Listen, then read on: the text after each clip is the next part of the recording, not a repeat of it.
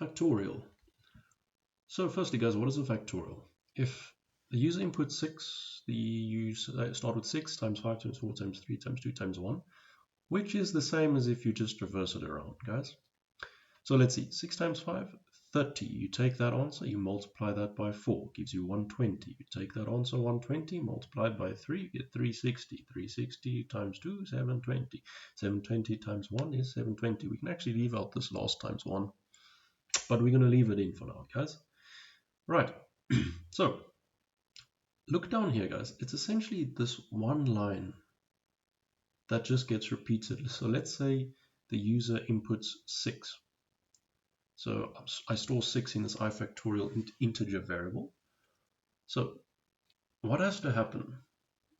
Right now, let's say the 6 is the I factorial. We need to times it by 5, then times it by 4, and so on and so forth. So look at this line here. I'm saying I factorial is equal to what it was multiplied by I.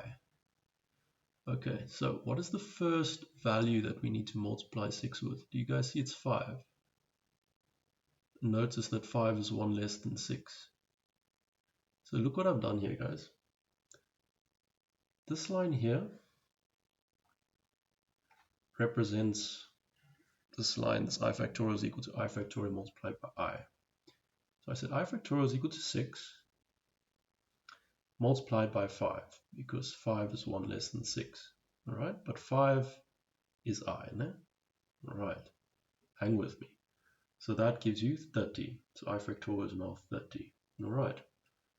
What happens if we now repeat this line again? Because we now, remember, need to take this 30 multiplied by 4. Right, I factorial is no longer 6, it is now 30. And we multiply it by I, except I needs to now be 4. All right, so notice what is happening to I each time. It's getting 1 less. We are decrementing it. All right, that is essentially the only thing that is changing in this one line. Every time we repeat this line, it's precisely the same, except for obviously I factorial gets larger, and we decrement the value of I. Now we know precisely how many times this line needs to execute, so we can use a for loop. But you guys are used to starting with I with the initial value of 1, but its initial value needs to be 1 less than whatever the user inputs, and then it goes down to 1. Notice how I say it. You're going to use a down to for loop. Right, let's take a look at this thing in Delphi. All right.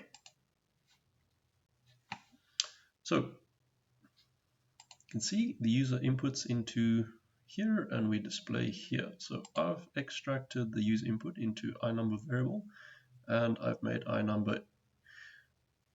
factorial equal to iNumber. All right. Now let's say iNumber was 6.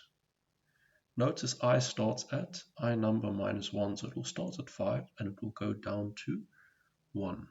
All right. And then here's that line. I factorial is equal to I factorial multiplied by I, with I getting 1 less each time. Right, that will build it up and we simply display it in our edit box. Right, let's take a look at that. Let's say 4 factorial is 24, 6 factorial is 720. All right. Good evening, guys. Sleep well. Goodbye.